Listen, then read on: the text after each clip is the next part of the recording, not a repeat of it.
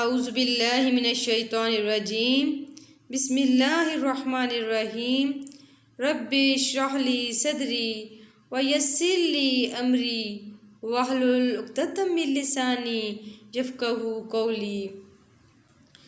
قرآن کے سٹارٹ پر ہم نے سورۃ الفاتحہ میں دعا کی، اہدنا الصراط المستقیم، کہ اللہ پاک ہمیں سیدھا رستہ دکھا۔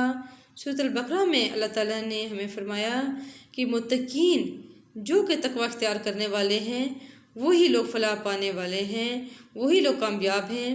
اور پھر دوسری قسم بتائی جو کہ اللہ تعالیٰ کا انکار کرتے ہیں، اللہ کی آیات کا انکار کرتے ہیں، وہ کفر کرنے والے ہیں اور ان کے لیے عذاب جہنم ہے۔ اور تیسری قسم ہے منافقوں کی، اور ان کے لیے ہے عذاب علیم۔ اور منافقت کیا ہوتی ہے کہ انسان کی زبان میں کچھ اور ہو اور دل میں کچھ اور ہو، ظاہر اور باطن میں فرق ہونے کو منافقت کہتے ہیں۔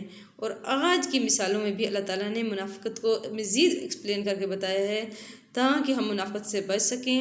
اور سب سے پہلے جو ہے قسم ہے ایک اعتقادی منافق ہے، اور دوسرا کیا ہے کہ عملی منافقت ہے۔ مثلهم كمثل الذي استوقد نارا فلما أضاءت ما حوله ذهب الله بنورهم وتركهم في ظلمات لا يبصرون۔ مثلهم، مثال ان کی، ان منافقوں کی، کا مثلی، مانند مثال کے ہے، الذی، اس کے جو، استوقد نارا، جس نے جلائی آگ۔ اور آگ سے کس طرح سے؟ جیسے کہ مثال کے طور پر انسان جنگل میں ہو اور آگ جلائی جائے تو روشنی ہو جائے۔ اللہ تعالیٰ نے بہت سی آیات کو مثالوں کے ذریعے سمجھایا ہے تاکہ انسان سمجھ سکے۔ فلما، پھر، اضاءت، اس نے روشن کر دیا، ما حولہ، اس کا ذہب، یعنی کہ جب دین اسلام آیا اور اسلام کی روشنی پھیلی تو کیا ہے، ان کے آس پاس کا ماحول روشن ہو گیا۔ ذہب اللہ، تو اللہ تعالیٰ لے گیا، بنورہم، ان کے نور کو، وترکہم، لیکن جن کے دلوں میں منافقت تھی، جو اعتقادی منافق تھے، تو اللہ تعالیٰ کیا کہتے ہیں، ان کے دلوں میں وہ نور نہیں آیا، اسلام کی روشنی نہیں آیا، اور اللہ تعالیٰ نے ان کو اندھیروں میں چھوڑ دیا، لا یبصرون، اور وہ نہیں دیکھ پاتے۔ اسی طرح سے حدیث سے ہمیں وضاحت ہوتی ہے کہ نبی کریم صلی اللہ علیہ وسلم جب مدینہ تشریف لائے تو کچھ لوگوں نے اسلام قبول کیا، صرف لوگوں کی دیکھا دیکھی میں، لیکن اصل میں ان کے دلوں میں اسلام داخل ہی نہ ہوا تھا اور وہ اندھیرے میں تھے۔ تو جس طرح وہ اسلام آنے سے پہلے اندھیرے میں تھے، اسی طرح سے اسلام کے بعد بھی وہ اندھیرے میں رہے۔ تو ایسے لوگوں کے بارے میں اللہ تعالیٰ نے فرمایا، صم بکم عمی فہم لا یرجعون، فہم لا یرجعون۔ ان لوگوں کے بارے میں اللہ تعالیٰ نے فرمایا صم، کہ وہ بہرے ہیں، بکمن، گونگے ہیں، عمیٌ، اندھے ہیں۔ یہاں پہ دیکھیں، یہاں چھوٹا سا میم ہے تو یہاں صم، اس چھوٹی سی میم کی ساؤنڈ آئے گی، صم بکمن، اور یہاں پہ عین ہے جو کہ حروف حلقی میں سے ہے، تو ہم نے اپنی آواز کو ظاہر کرنا ہے۔ صم بکمن عمیٌ، کہ وہ بہرے ہیں، وہ بہرے ہیں، وہ گونگے ہیں اور وہ اندھے ہیں۔ کون؟ جب اسلام کی روشنی آئی اور اس نے ان کا آس پاس کا ماحول، اس کے باوجود وہ کیا ہے کہ وہ نہیں دیکھ پاتے۔ ایسے لوگوں کی مثال ایسے ہے کہ اللہ تعالیٰ نے ان کو کان دیے، آنکھیں دیں، لیکن اسے زبان دیے، لیکن وہ اللہ تعالیٰ کے لیے اس کو یوز نہیں کر سکتے۔ فہم لا یرجعون، ایسے لوگوں کے بارے میں فرمایا وہ لوٹیں گے نہیں۔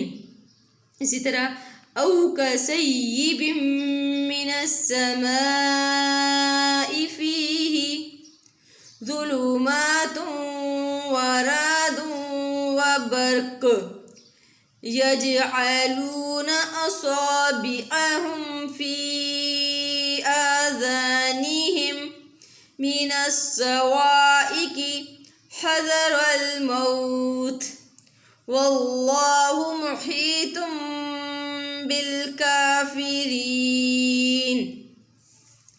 او کصیب، یا جیسے زوردار بارش ہو، من السماء، آسمان سے، فیہی، اس میں، ظلمات، اندھیرے بھی ہیں، ورعد، اور گرج بھی ہے، وبرق، اور بجلی بھی ہے، یجعلون، اور وہ ڈال دیتے ہیں، اصابعہم، انگلیاں اپنی، فی آذانہم، اپنے کانوں میں، فی آذانہم، اپنے کانوں میں، من الصواعق، بجلی کے کڑاکوں کی وجہ سے، حذر الموت، موت سے ڈرتے ہوئے، واللہ، اور اللہ تعالیٰ، محیط، گھیرنے والا ہے، بالکافرین، اللہ تعالیٰ ایسے کافروں کو گھیرنے والا ہے۔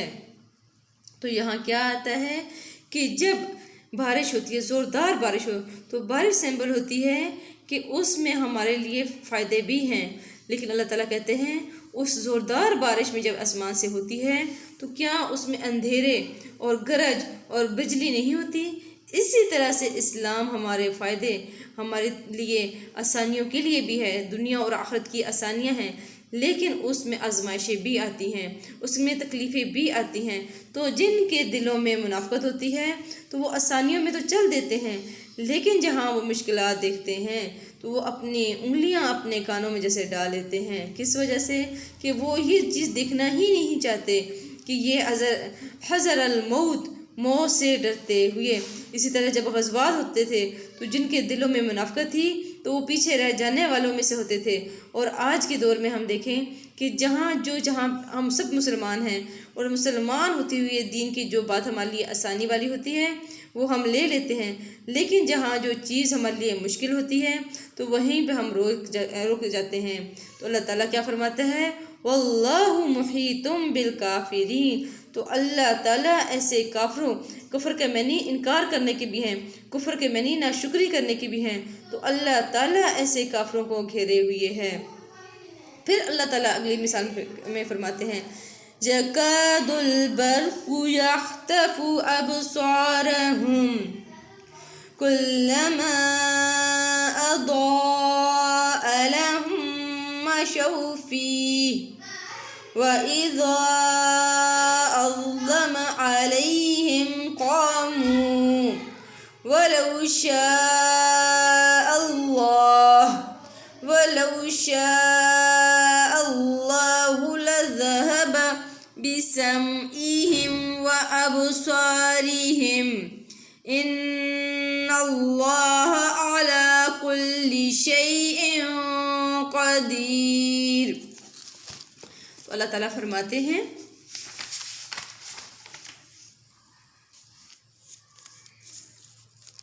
یکادو، قریب ہے کہ، البرقو، بجلی کی چمک، یخطفو، اچک لے جائے، ابصارہم، ان کی نگاہوں کو، کلما، جب کبھی، اضاء لہم، اس نے روشن کر دیا ان کا ماحول، تو کیا ہوا؟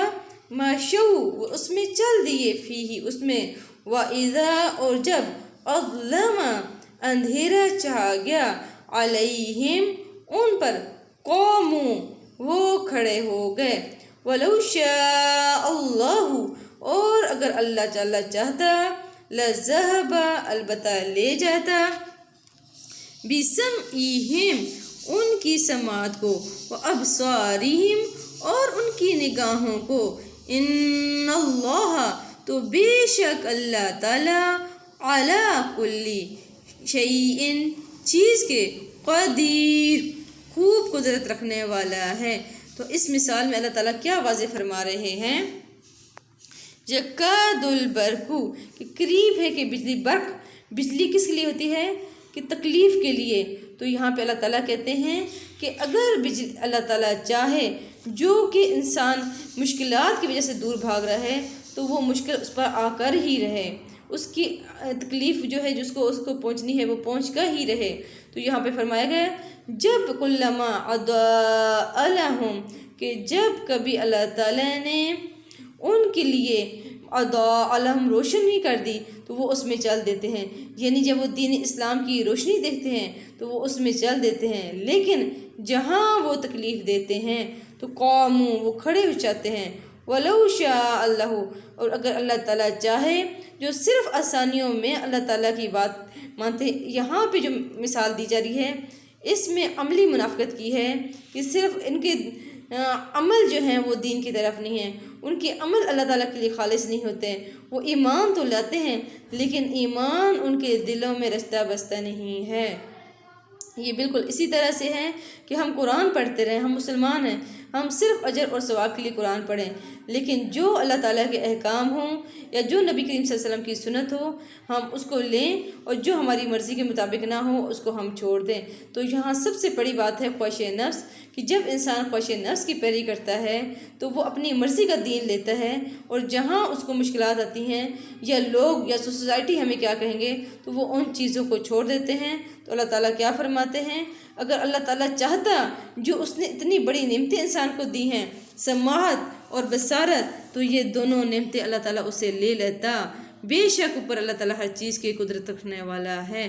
تو اللہ تعالیٰ سے ہم دعا کرتے ہیں کہ اللہ تعالیٰ ہمیں اس قرآن کی بہترین سمجھ دے، کہ ہمیں ایسے لوگوں میں سے بنائے جو تو متقین لوگ ہیں، اور ایسے لوگ جو کہ کفر کرتے ہیں، اور اس کی وجہ کیا ہے، انسان کی اپنی انا اور ضد، کہ وہ سمجھتا ہے کہ وہ جو کر رہا ہے وہ سب سے بہتر کر رہا ہے، جو وہ ہے سب سے بہتر ہے۔ اور تیسری قسم جو سب سے زیادہ ڈینجرس ہے وہ یہ ہے کہ انسان جو ہے خاص طور پر جو ایک اعتقادی کفر ہے، الحمدللہ ہم اعتقادی اگر کفر نہیں کرتے ہیں تو ہمارے عمل میں عملی کفر آ جاتا ہے کہ ہم وہ باتیں لیتے ہیں دین کی سلیکٹیو جو کہ ہمارے لیے آسانی والی ہوتی ہیں۔ تو اللہ تعالیٰ نے جو ہمیں قوتیں دی ہیں، فرمایا کہ دیکھو وہ جو اللہ تعالیٰ کو پسند ہے، بولو وہ جو اللہ تعالیٰ کو پسند ہے، سنو وہ جو اللہ تعالیٰ کو پسند ہے۔